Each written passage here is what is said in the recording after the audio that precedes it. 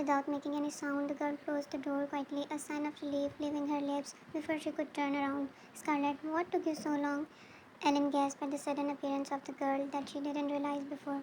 Ellen, you scared me, she stated, placing her hand over her startled heart. Daniel, feelings are mutual. She looked over at the manly figure sitting over a stool in the galley, the counter containing two coffee mugs. Daniel, where were you?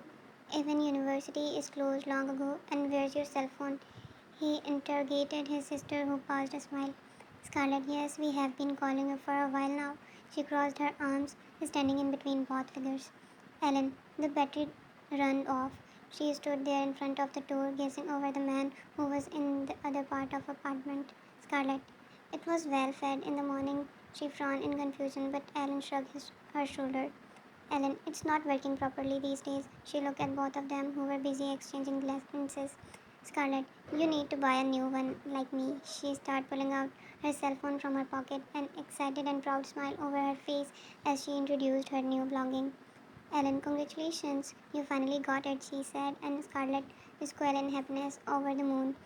Daniel, do buy a new one too. It's not good to left us worried this much. Ellen nodded her head as the man left the place. Daniel, we ordered the food you share is safe.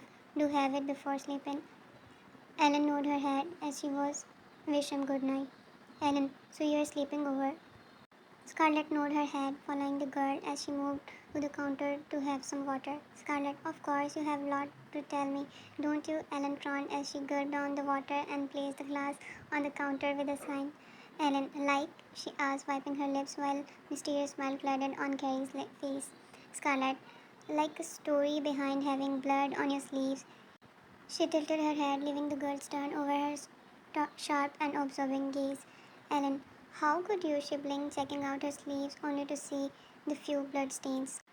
Scarlett, or we can talk about the way your backpack is all swelled up. Ellen sighed in defeat, placing the backpack on the stool.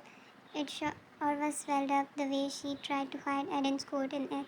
Scarlett didn't expect that actually, she stated as she opened the bag, only to see a coat emitting a strong manly perfume. Ellen, okay, I'll tell you everything. Scarlett nodded excitedly, climbing over the stool as she took her coffee. Scarlett, yes, I'm all ears, and it was all visible over her face. Eden groaned as his cell phone rang, snuggling more into his blanket to get a comfortable position until a groan left his lip when a sharp pain spread across his flank. Eden, damn, how can I forget this? He hissed, pushing off blanket as the man sat on the bed, only to see his pure white sheet painted in red. He turned his head at his bare flank over the mirror, bleeding through the bandage. Eden, I'm hot, even when I bleed. He spoke, ruffling his hair with a chuckle. He jumped off the bed, moving towards the bathroom for a quick shower. Ellen sighed as she saw all of the missed calls from Rowan. Scarlett, nature is really tasting you both, he called at the same night you turned your cell phone off. Ellen hummed before putting her cell phone aside. Ellen, can we move now? Daniel is waiting in the car. She reminded the girl, who was still busy taking the last few bites of her French toast. Scarlett, done, let's go. She wiped her hands with a napkin and got up, dumping the dishes on the counter. Scarlett, I promise to wash them off when we will back, she said with a nervous smile as she walked off. Ellen shook her head as she followed the girl outside. Clad in loose shirt today, the man kept his freshly bandaged waist in mind, having a little bit consideration and mercy towards himself. Eden, I always wonder who will be the lucky girl, and it turned out to be you, Ellen Jones. He tilted his head, a smile forming on his lips as he saw the girl seeing off her friends before she could walk towards her apartment. Her small and lazy steps that bring her closer and closer to him. Eden closed his arm and stared at her admiringly. His gaze held longing and admiration. He waited till the girl looked up, and soon he was in love all over once again. Ellen waved her head, his heart fluttered, and the immediate attention he got, the way her small steps turned into big ones, the laziness into excitement, made his heart flip back, messing up with the pace of his chest. Helen, it's good to, she initiated when she was close enough within the edge of his arm, and the man mindlessly wrapped her strong arm around her protectively. Ellen gasped, her grip over the lunchbox tightened as she felt him hugging her closely. Ellen, Eden, her muscles tensed up as she found her in unexpected and unfamiliar situation. Eden opened his eyes, hearing the tint of resistance, the way she called his name and pulled away gently. The nervousness escalated his beating heart.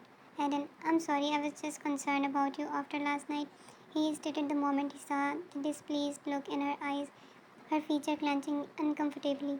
Ellen, it's okay. She took a deep breath, looking around to see if there was any student. Ellen, is everything okay? He asked, seeing her shoulder still pulled up. Ellen, yes, it is. Her eyebrows met with a frown, seeing her verbal speaking different than her actions. Ellen, you can tell me if something is bothering you. His voice turned gentler as he asked. She blinked gently, looking at his new side. Ellen, no, I'm just not good with physical touches. It's not my thing, she explained in relatively low tone enough to resonate between the two.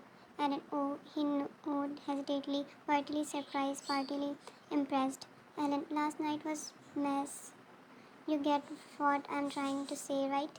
Seeing how his gaze expression is pushing her to explain further, Eden immediately wear a considerate smile. Eden, Ellen, last night was mess. You get what I'm trying to say, right? Seeing his gaze expression is pushing her to explain further, Eden immediately wear a considerate smile. Eden, yes, no worries, I can feel you. Ellen's eyes softened as she heard him. Feel you. Out of few people in her circle, she can get only he can. Eden, what is this? He tilted his head towards the lunchbox she had, his clueless gaze moving up to her face. Eden, it's lunch. Eden tilted his head, another unexpected answer. Eden, do you not like eating in the cafeteria?